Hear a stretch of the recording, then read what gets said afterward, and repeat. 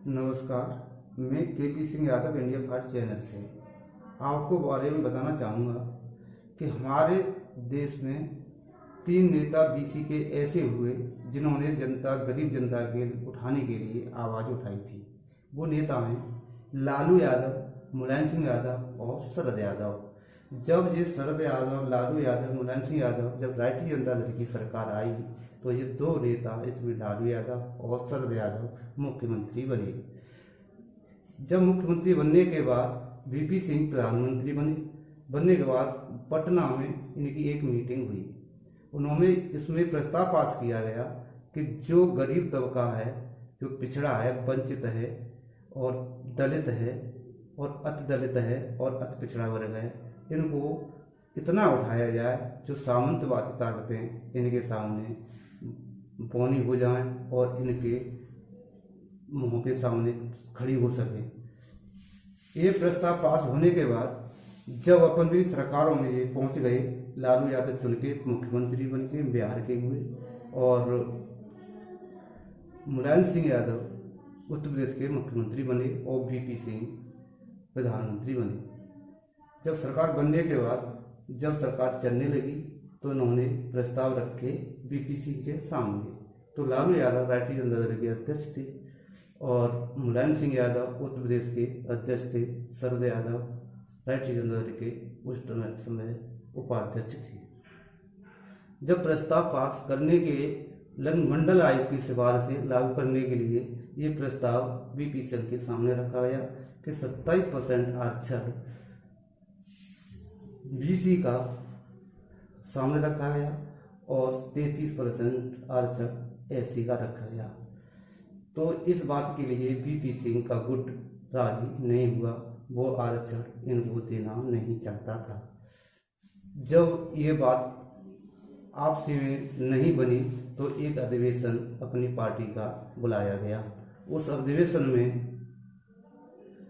इन लोगों ने ये प्रस्ताव रखा गया कि देखो, जिसके वोट किसके गुट में पक्ष में आते हैं तो ये आरक्षण हमेशा आरक्षण को लागू कर दिएंगे, अगर नहीं आते हैं तो कैंसिल मान लिया जाएगा। तो सन 90 में 40 साल के लिए अम्बेडकर संविधान में अम्बेडकर ने 40 साल के लिए आरक्षण रखा था, जो वो सन 90 में एससी का आरक्षण खत्म हो चुका था। जब आरक्षण खत्म हो गया तो आरक्षण की समस्या सामने आई। ये देखा गया कि अभी तक गरीब, वंचित, दलित, पिछड़े बहुत ही अभी उठे नहीं है, ये गरीब हालत में है, इनको आरक्षण देने की अभी और ज़रूरत है। तो लालू यादव ने और शरद यादव, मुलायम सिंह यादव ने ये प्रस्ताव रखा कि इनका आरक्षण आजीवन कर दिया जाएगा और इसका विरोध वीपी सिंह हाई कास्ट जो इसका विरोध कर रहे हैं, वीपी सिंह के साथ जो थे वो विरोध कर रहे थे कि हम आरक्षण के पक्ष में नहीं हैं, हम आरक्षण 90 के बाद नहीं बनाना चाहते। इस बात को लेकर वीपी सिंह और शरद यादव और मुलायम सिंह एक पक्ष गुट अलग था और वीपी सिंह का गुट अलग था। तब इसके लिए आरक्षण के लिए नेताओं ने एक अधिवेशन बुला करके ये प्रस्ताव पास कराया तो वो लालू यादव के पक्ष में आया। लालू यादव, मुलायम सिंह यादव इनके पक्ष में आया और प्रस्ताव पारित करने की ठान ली। जब प्रस्ताव पास किया गया तो सबसे पहले आरक्षण एससी का आजीवन कर दिया गया था कि इनका 33% आरक्षण आजीवन रहेगा जब तक ये पूरी तरीक़ा से संपन्न नहीं हो जाते। और इसके बाद आरक्षण आया बीसी का। जब बीसी का आरक्षण आया तो इन्होंने 27% आरक्षण बीसी के लिए लागू करवा दिया गया। फिर देखा कि गरीब लोगों को आजकल एससी में दलितों की मारपीट ज़्यादा होती है, इनको कैसे रोका जाए। तो सबसे पहले ये बात ये रखी गई कि इनके लिए ऐसा कानून लाया जाए जो कि इन लोगों को, गरीबों को मारपीट से बचाया जा सके और इनकी रक्षा कर सके। इसके लिए वीपी सिंह से प्रस्ताव पास करने के लिए लालू यादव ने कहा। इसके लिए भी वीपी सिंह तैयार नहीं हुए। इसका विरोध भारतीय जनता पार्टी करती रही। भारतीय जनता पार्टी तीनों कानूनों का विरोध के सामने खड़ी रही और कहा कि इस कानून को हम पास किसी कीमत पर नहीं होने देंगे, क्योंकि भारतीय जनता पार्टी राष्ट्रीय जनता दल में एक घटक में समर्थन के रूप में सरकार में शामिल थी। जब ये कानून पास करने के लिए जनता दल उस समय बहुत कांग्रेस के काल में बहुत अच्छा रोल निभा करके आया था, और बीपी सिंह और लालू यादव, शरद यादव, मुलायम सिंह यादव, बड़े बड़े देवीलाल, बड़े बड़े नेता सब एक मंच पर खड़े हुए थे। बाहर से समर्थन भारतीय जनता पार्टी का था, और इस तरीका से इन लोगों ने इनको किसी की धमकी देने लगे कि अगर 27% आरक्षण और 33% आरक्षण एससी का और हरिजन एक्ट बनाया तो हम सरकार वापस ले लेंगे, गिरा देंगे। और इस बात को लेकर के मंडल आयुक्त के सपाटों में रोकने की अड़चने शुरू हो गई। लेकिन ये मामला रुकने वाला कहाँ था, क्योंकि इस जगह पर 3 योद्धा लालू यादव, मुलायम यादव, शरद यादव सामने खड़े थे। इनके सामने किसी की हिम्मत नहीं थी चोट टिक सके। इस बात को लेकर के इन्होंने अपनी ताकत के बल पर आरक्षण को, एससी का आरक्षण हमेशा के लिए लागू करवा दिया, बीसी का आरक्षण 27% हमेशा के लिए लागू करवा दिया। प्रस्ताव पास हो गया। फिर आया एससी का। एससी को मारपीट से रोकने के लिए इनको बीसी हाई कास्ट कुछ बीसी के से बचाने के लिए आरक्षण बुक एससी हरिजन एक्ट लेकर के आए और पास कर दिया। इससे हरिजन दलित पिटने की आज भी दलित इस बचने का कार्य हरिजन एक्ट कर रहा है, इनको बचाने के लिए तैयारी कर रहा है, आज तक कर रहा है। तो आप लालू यादव ने, मुलायम सिंह यादव ने 4 एक्ट लेकर के आए थे हमेशा के लिए। 30% जो 90 में एससी का आरक्षण खत्म हो गया था, तो 33% आरक्षण हमेशा के लिए ये एक आरक्षण ये किया। दूसरा बीसी का आरक्षण 70% हमेशा के लिए किया। गरीब को, पिछड़ों को मारपीट से रोकने के लिए हरिजन एक्ट किया, तो वो आज तक इनकी रक्षा कर रहा है। इसके बाद आया महिलाओं का शोषण।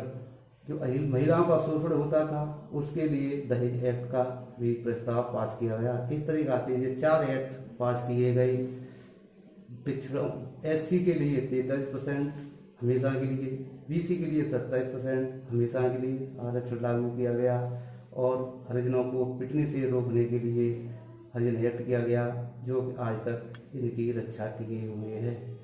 और महिलाओं के लिए हरिजन दहेज एक्ट लागू किया गया, जो आज तक इनकी रक्षा कर रहा है। लोग जातिवादी मानसिकता रखते हुए इनका ये विरोध करते हैं कि मतलब लालू यादव, शरद यादव, मुलायम सिंह यादव ने क्या किया।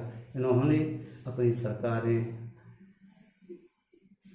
जब सरकार में आए तब तक इन्होंने हरिजनों की, पिछड़ों की, दलितों की, बीसी की इनकी मदद में सामने खड़े रहे और इनको उठाते चले गए। आज ये इन्हीं की बदौलत आज सबके सामने मुकाबला कर रहे हैं। इनको पहले खाट पर नहीं बैठने दिया जाता, इनको बराबर में बैठने नहीं दिया जाता। ये गरीबी में इतने डाउन थे, इनको कोई पूछने वाला नहीं था। इनको जगह जगह इनकी मारपीट होती थी, कहीं अगर बैठ जाते सामने आ जाते तो इनकी मारपीट हो जाती थी। आज ये वही सीना ताने खड़े हुए हैं, सबके सामने बराबर में बैठते हैं, बराबर में खाते हैं, बराबर में पीते हैं, बराबर में रहते हैं, सोते हैं, और बराबर में आराम से इनके सामने बड़े बड़े सामंतवादी लोगों के सामने जमकर अपना अधिकार प्राप्त करते हैं। इसी के साथ ही लोग कहते हैं कि लालू ने, शरद यादव ने, मुलायम सिंह यादव ने क्या किया था। भाइयों और बहनों, आज इन लोगों ने तुम्हारे हित में क्या किया, इसके बारे में मैंने आपको जानकारी दी। अब बात यहाँ आती है, आज इन्हीं लोगों की बदौलत आज पिछड़े दलित उठे हुए हैं और किसी की बदौलत नहीं उठे हुए हैं कोई भी। और इसी की बदौलत जनता दल टूटा था। केवल भारतीय जनता पार्टी ने सरकार गिरा दी थी, वहीं से टुकड़े टुकड़े जनता दल के हो गए थे।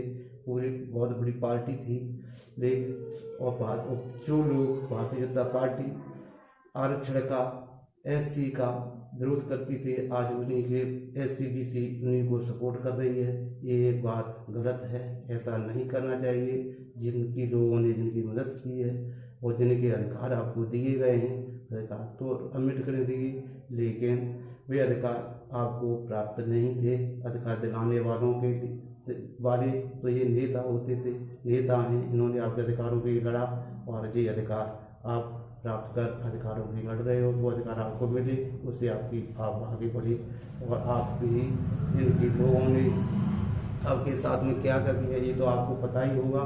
सामंतवादी प्रथा, जमींदारी प्रथा में आप लोग कितने पिछे हुए थे। आप खाना खाने के लिए भी नहीं था, बराबर में बैठ नहीं सकते थे और फिर भी कहते हो कि हमें लालू यादव, मुलायम सिंह यादव, शरद यादव ने हमारे साथ क्या किया। इससे आपको पता चल गया होगा कि तुम्हारे साथ में क्या किया। हरिजन एक्ट दिया, दहेज एक्ट दिया, पीसी आरक्षण दिया, SC आरक्षण दिया और इनकी बदौलत आप इनके सामने ऐसे टिके हुए वे आपके सामने कुछ भी नहीं रहे और आप आज कहाँ से कहाँ तक पहुँच चुके हो। इससे बड़े और क्या चाहिए आपको। फिर भी कहते हो लोगों ने क्या किया।